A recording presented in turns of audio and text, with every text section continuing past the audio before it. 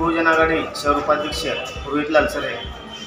आरोग्य विभागाकडे 4 महिने झाले मी पत्रव्यवहार केला होता। डॉक्टर कुंभार बोगस डॉक्टर आहे, आरळे आणि तांदूळवाडी ठिकाणी बोगस डॉक्टर तिथं त्यांनी व्यवसाय करतोय।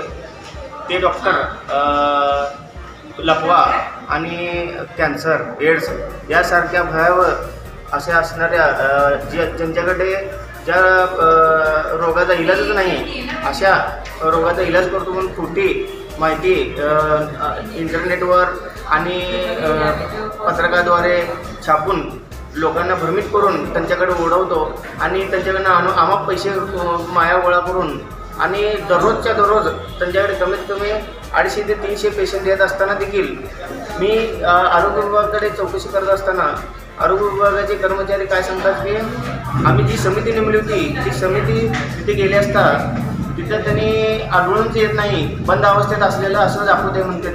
माझा असा आरोप आहे की त्यांची मिलीभगत आहे या समितीची आणि आरोग्य विभागाची आणि बोगस डॉक्टरांची।